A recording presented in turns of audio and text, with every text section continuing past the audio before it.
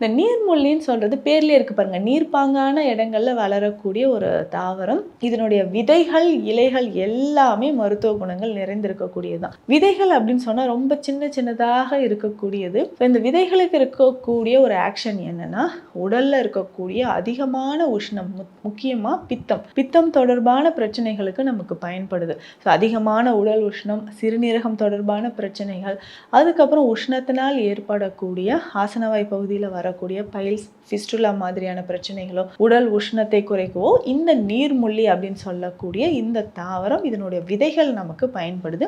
நிறைய மருந்துகளில் பார்த்தோம்னா, அதாவது சித்த மருத்துவத்தில் வாதம் தொடர்பான மருந்துகள்லையோ இல்லை சிறுநீரகம் தொடர்பான மருந்துகள், குழந்தையின்மை சார்ந்து செய்யக்கூடிய மருந்துகள், நிறைய மருந்துகளில் நீர்முள்ளி ஒரு முக்கிய மூலிகையாக நமக்கு சேருது. கால் பாதத்தில் வீக்கம் இருக்கிறவங்க இந்த நீர்முள்ளி தாவரத்தை, இந்த நீர்முள்ளி விதைகளை நம்ம எப்படி பயன்படுத்தலாம் அப்படின்னா, இந்த நீர்முள்ளி விதைகளை லேசா வறுத்து பொடி பண்ணி எடுத்து வச்சிடணும். இந்த நீர்முள்ளி விதைகள் தண்ணீர்ல போடும்போது என்னன்னா, நல்ல ஒரு கம் மாதிரி, அதாவது ஆலோவேராலாம் நம்ம ஜெல் மாதிரி கிடைக்குது இல்லைங்களா, அந்த மாதிரி மாறும்.